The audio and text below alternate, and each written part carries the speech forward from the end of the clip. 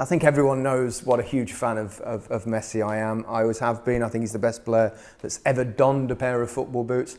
I think when I watch him play, I still am bewildered by so many of the things he does. It's almost as though he watches the game of football from above while playing it at the same time. Best dribbler I've ever seen. He's the most imaginative footballer I've ever seen. He's the most skillful footballer I've ever seen. And he's one of the best passers the game has ever seen. So if you put all those things together, you have someone who, frankly, is clearly not a human being.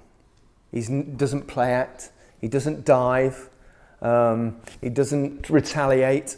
And all round, he's such a great example for football. And he sets such a good example for young children to follow that there's so much to like about him.